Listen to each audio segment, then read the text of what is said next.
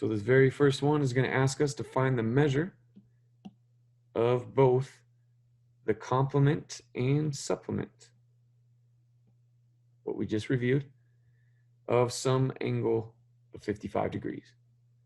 So again, you need to know what this is actually asking so that you can then attack it. So the complement, remember, was when two angles added up to 90.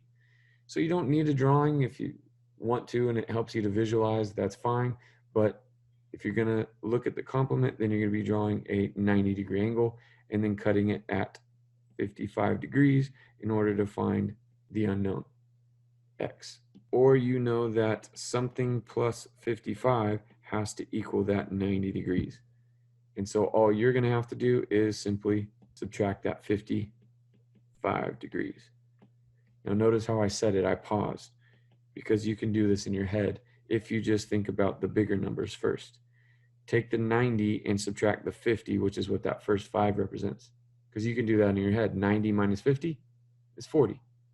Then subtract the other 5 from that, and you got 40 minus 5, which is 35.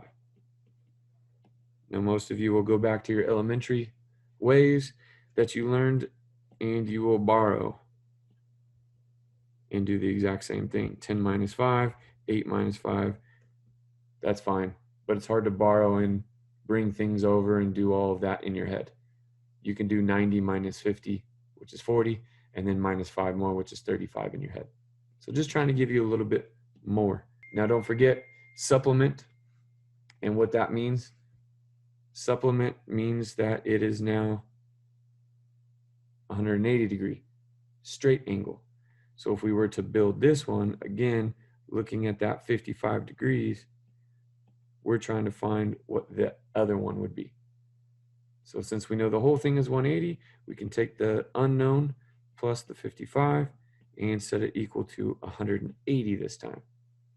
And as you can probably see, we're going to again be subtracting over that 55 to both sides so that that becomes a 0 and all we're left with is the x. Now go ahead and take a quick little minute. I'll pause here so that you can try to do it in your head the way I just taught you.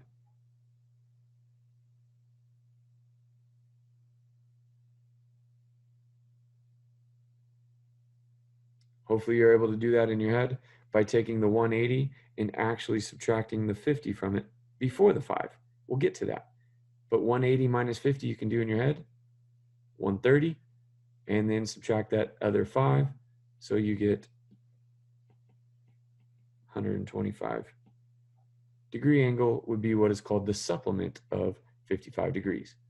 Again, making sure before you answer this on a quiz or a test that you know that those two angles add up to either the 90 for the complement or 180 for the supplement. Okay, so just a little bit of geometry review on this first example.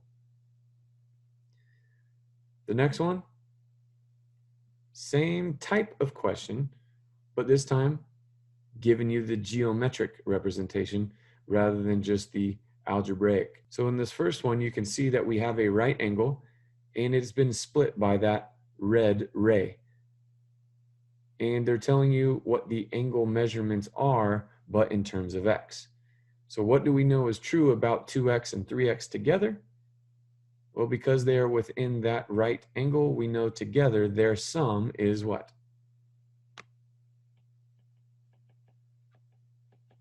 Hopefully you said 90 degrees. And now we have one equation with one variable. We should be able to solve that. If you've made it this far in your math career, you've definitely come across this multiple times. No pun intended.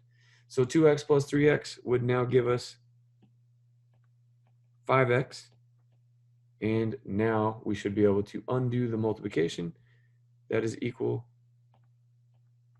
to 90 by dividing both sides by 5, because now we know 5 over 5 is 1, and 1 times x is x. We have what we wanted. Now again, just like I taught you how to subtract in your head, you can also do long division without making it so long. Whether it's in your head or just off to the side, check it out. Do the 5 into the 9 and write that part of your answer down. We know 5 divides into 9 just once, but if we did the subtraction, we would have 4 remaining. and that was in the tens. So now when we bring down the 0 to make it now 40, which is what it actually represents, now we try to divide 5 into that, because now we can. When it was just a 4, we couldn't. So 5 divided into 40 is 8. And therefore, we found x was 18. Be very careful to make sure that you do not say that that is your answer, because remember what the question actually asked us: to find the measure of each angle. Meaning they didn't just want x, but we needed x in order to find each angle. So now the problem becomes pretty simple, because all we have left to do is figure out 2 times our x and 3 times our x, which remember we just discovered was 18. So again, multiply that out. 2 times 10 is 20, and 2 times 8 is 16, for a total of 36 degrees for our first angle. So again, just taking those numbers that I can hold in my head easier than some magic 1 floating above the 2, and then trying to remember the 1s, and then that was our, it just gets more difficult to do in your head. So again, try 3 times 18 by doing the 3 times the 10, and then the 3 times the 8, which is what we have.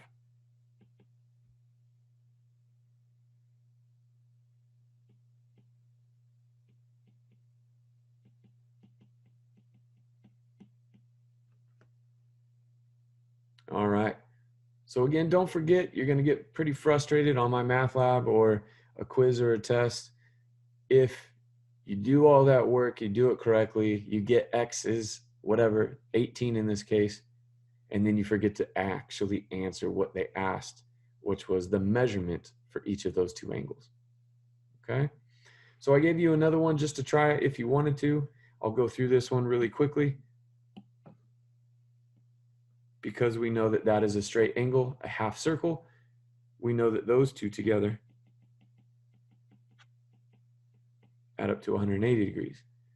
And because those are like terms, we can take 7x and 2x and add them together to get 9x's. Now that I have 9 times my x, I can go ahead and undo the multiplying by dividing to both sides. If you want to keep it equal, you got to do it equally. See, math knew about equality a long time ago, right? Just trying to get it to be equal. Do it to both sides. Now take the 9 and divide it into the 18, because I know it doesn't go into the 1, but it does go into that twice. And then don't forget about the 0. And remember, that is just your x value. To get your angles, you'd have to plug that in for x there and there. So 7 times 20, 140 degrees, and 2 times 20 would be 40 degrees. And how do we know before my math lab tells us whether that's right or wrong? Add them up, and you know that they should equal 180, which in this case it does. All right, so pretty straightforward. Hopefully you're feeling comfortable, like this isn't going to be too bad, because if you work really hard in these first couple of chapters, it's going to lay the foundations for you to really excel in this entire class. So let's check out the third example before we move on, and let's look at some new terminology here, dealing with what is called co-terminal. Now remember, I broke that word down: co meaning same, terminal meaning ending. Some of you guys may have actually heard in movies, or unfortunately even in your real life with loved ones or friends, family, that had terminal illness. Unfortunately, that means very bad, right? Terminal meaning ending. This illness could end somebody. So I don't mean to come down on anyone or bring up bad memories, but remember, terminal meaning ending, co meaning same. So we're looking for, in this case, the smallest positive measurement that is co-terminal with each of these angles. And so remember what we said co-terminal meant: same ending. And how did we get back to any angle on this entire circle looking at our x and our y axis? If I wanted to be located here, how could I get back to that point? Well, remember we said we could add 360 degrees around. or we could even go the other direction and subtract 360 degrees to get back to that point. And we can do that as many times as we want, right? We're just rotating around one revolution in either direction. So when I look at 1,106 degrees, I know that I should be between 0 and 360. First of all, because they said they wanted it to be positive, and they wanted the smallest or least positive measurement that we could find. So I know I'm going to have to subtract 360 and possibly a few times. So I know, because I like the Olympics and the X Games, and they spin around all the time. And if they do a 360 twice, I already know that that is a 720. Again, doing that in your head, you can do 300 times 2, 600, and then 60 times 2, which is 120 to get your 720. So if I subtract 360 twice, that's the same as just subtracting 720. Now, what about if I did 360, say 3 times? 3 rotations around in either the positive or the negative. In this case, we're going to go backwards to get smaller. So negative. That would be 900 and then 180, which is a 1080, they call it. Would that be okay to subtract 363 times to this? If I get a positive angle, then yes. So rather than subtracting 363 times, I figured out what some of those variations of it, 360 twice and 363 times were, so that I could see, all right, if I subtract that, will I get the least positive coterminal, meaning same ending, if I was to graph 1,106 degrees, or in this case, subtracting it, 6 minus 0 is 6, and then 110 minus 108 is 2. So rather than going 1,106 degrees around my circle, I could simply, just to get to that same point, go 26 degrees. So you can see why this is a pretty important attribute for us to have. Now, negative 150 is actually pretty good because that's less than 180. But in this particular problem, they want to make sure that you know how to find alternate angles that end at the exact same place. So just to give you a drawing of this, rather than going negative 150 degrees, which is what they asked us to do, 90 plus 40 more, or you could go all the way to 180 and come back some, okay, to get to that point. So there's my negative 150 degrees, or back 30 from our 180, right? I also could go, well, let's just add 360 to this. So that gives me a 0, that gives me a 1, and that gives me a 2. So I'm also able to go in the positive direction now, 180 plus that 30 more to get that 210 degrees. And that would get me to that exact same point. So again, I wanted to show you the visual of this as well as the algebraic way that we are doing simply here. So I'll give you a few seconds. Go ahead and pause the video here and try the negative 603 degrees and see if you can find the least positive measure that is coterminal. Go ahead and pause it and give it a shot.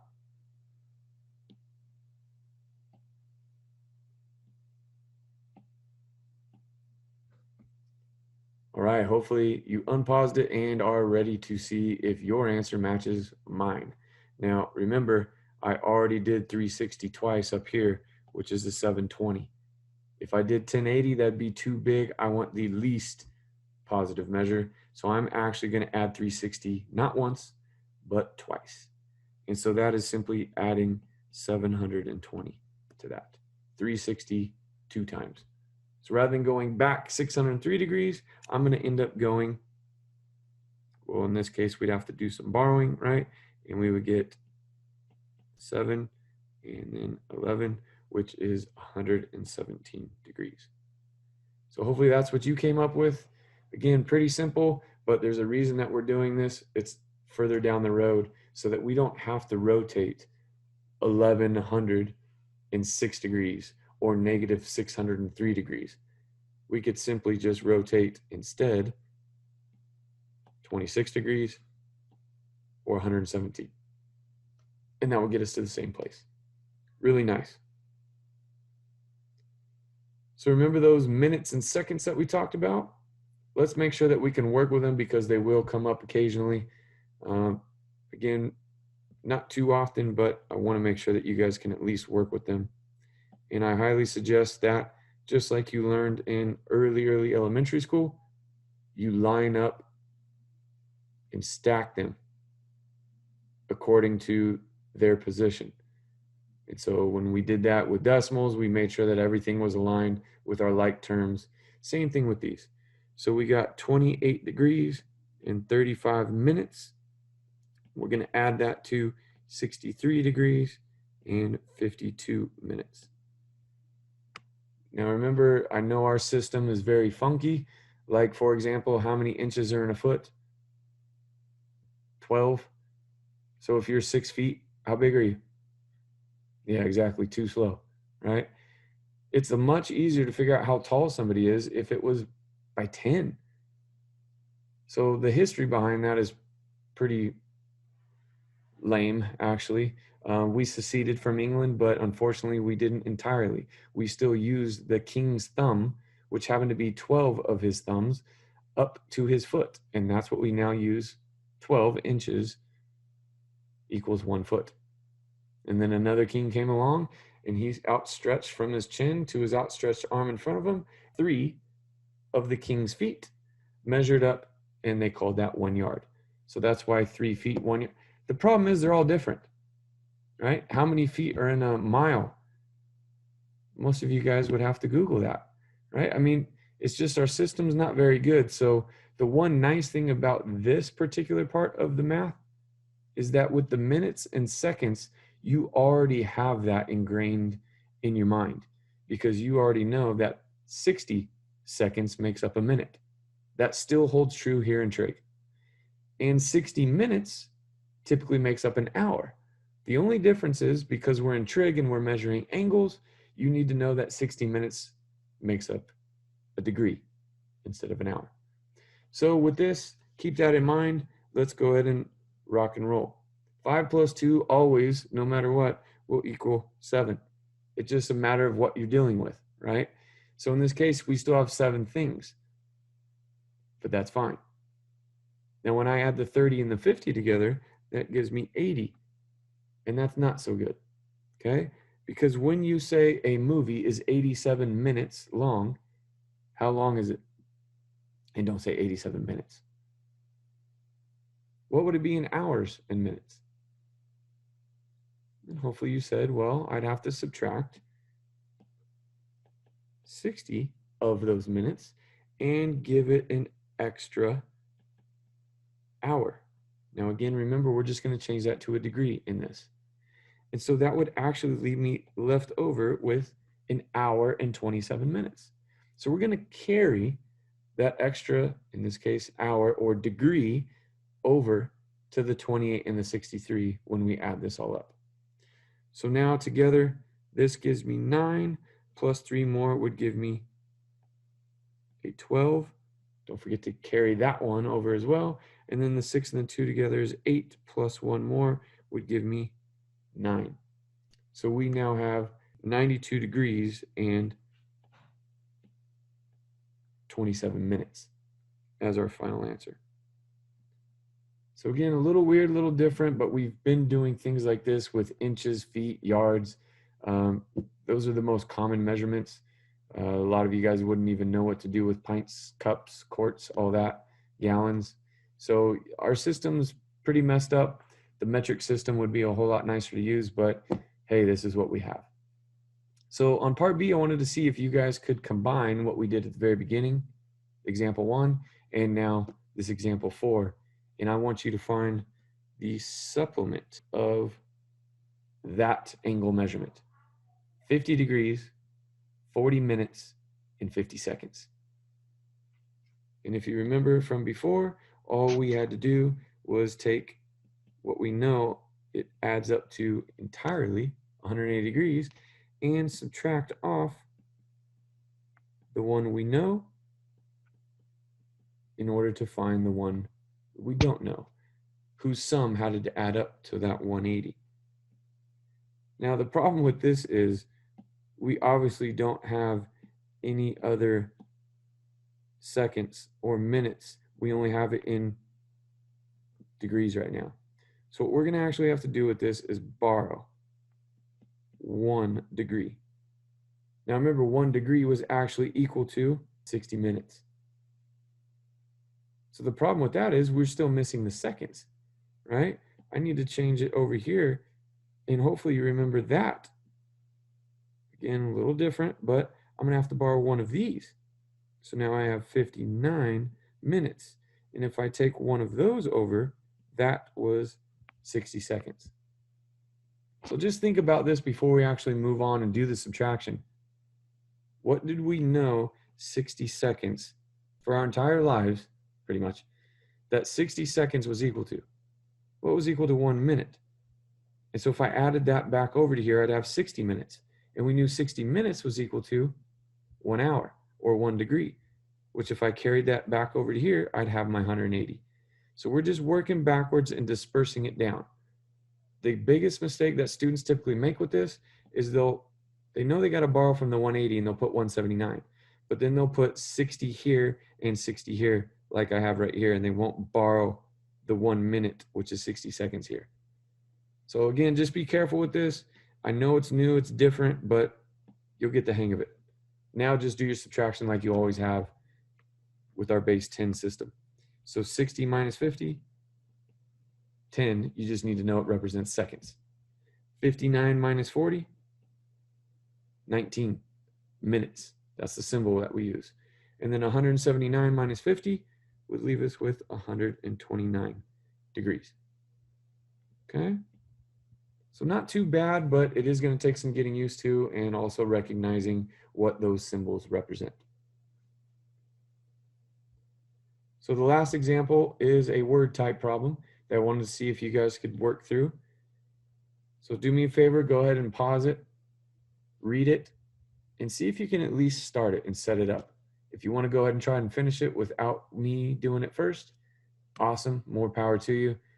I'm really excited for those types of people that are willing to make mistakes to learn and get better. Don't be afraid to make mistakes, especially in a math class. You have to. It is a necessity in order to improve. So go ahead and pause and give that a try. And then when you're ready, go ahead and unpause it, and I'll continue on with the explanation for this 5th and final example.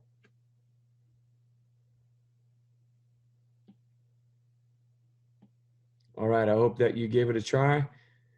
First things first, read the whole thing in its entirety. That is my suggestion anytime you have a word problem. So 1, you know what you're dealing with, and 2, you know what they want you to figure out, solve. So it says a wheel makes 270 revolutions per minute. That is also called a rate. And many people are familiar with mini rates, but they just don't actually know it, like miles per hour. That is a rate. And it tells you how many miles that you are going to go per every 1 hour. Okay, so this is something that we already know. This, therefore, is actually called an RPM. Also, something that you probably are familiar with now that I said it. This is the tack right on your car next to the speed, miles per hour. And this is how many times it revolution, we call it, rotates around for every 1 minute. And typically they're talking about the engine block. Okay, so revolutions per minute is what we're dealing with. That's what they gave us to work with. They want to know through how many degrees. So there's the question. Through how many degrees will a point on the edge of the wheel move in 5 seconds? So what we are dealing with here is 270 revolution, or revs for short, per every 1 minute. And they want us to figure out how many degrees will a point on the edge of that wheel move in 5 seconds. So I'm sure you guys are familiar with parts of these things, but we know that distance is equal to rate times time.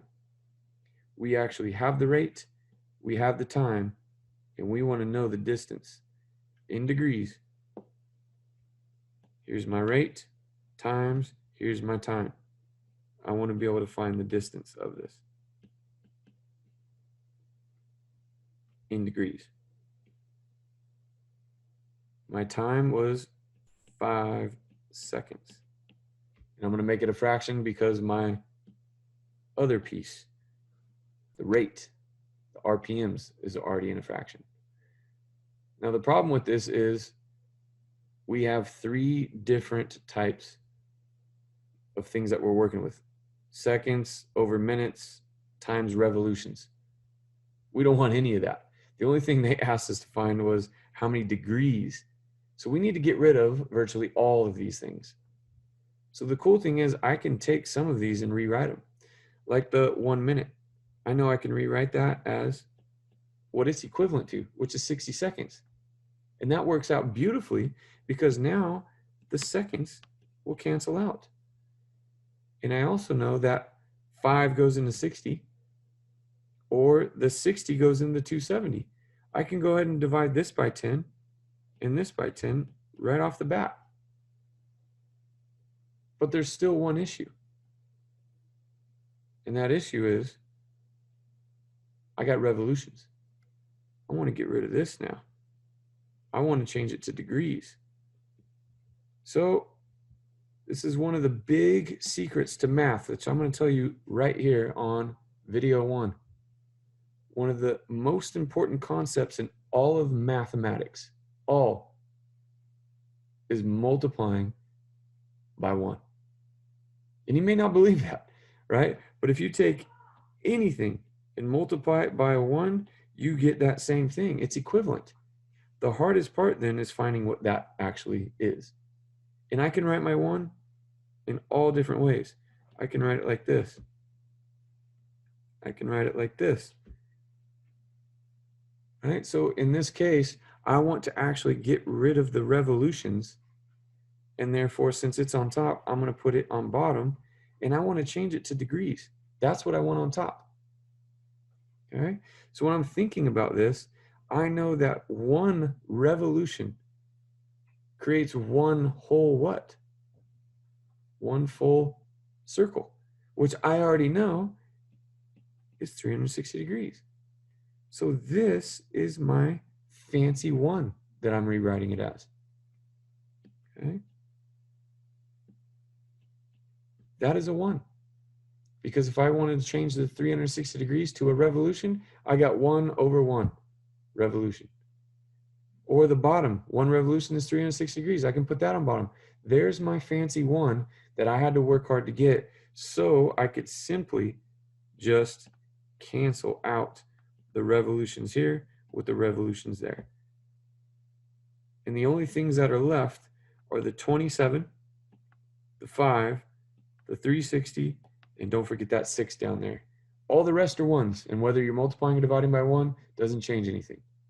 So I know the 6 will divide into the 36 6 times and the 0 0 times. And notice the only things that I have left are up top. The 27, the 5, the 60, and the most important piece, the degrees. And so if I multiply all of those straight across, I will get my answer as they wanted in degrees. So I'll let you go ahead and multiply that out using either a calculator, or you can multiply the 5 and the 60 to get 300 and then multiply that by 27, which I would just take 3 times 27 and then times 100, because there's my 300. And I know 3 times 27 is 81 times 100, which is 8100 degrees. So pretty cool that we're actually able to take RPMs, 270 revolutions per minute, which is not very much. If you look at your gauge in your vehicle, it'll be times 1,000. And so 8,100 degrees, which seems like an awful lot, it is. All right. So that's it for the first one. I hope you guys enjoyed it. I will keep working these out for every section. And again, if you would rather not see so much of the definitions or derivations that I'll be doing, and you'd rather take notes on your own throughout the book or whatever, feel free to just skip to the examples. I'll go ahead and try to label each example in the time for you so that you guys know when each one is. All right. Keep working hard. Remember, these first 2 or 3 chapters, super duper important for you to be able to succeed in this course. So really put a lot of work in at the beginning, and it'll make it a little bit easier towards the end. Not easy, but easier. That's it. Alan signing off. Take care, everyone.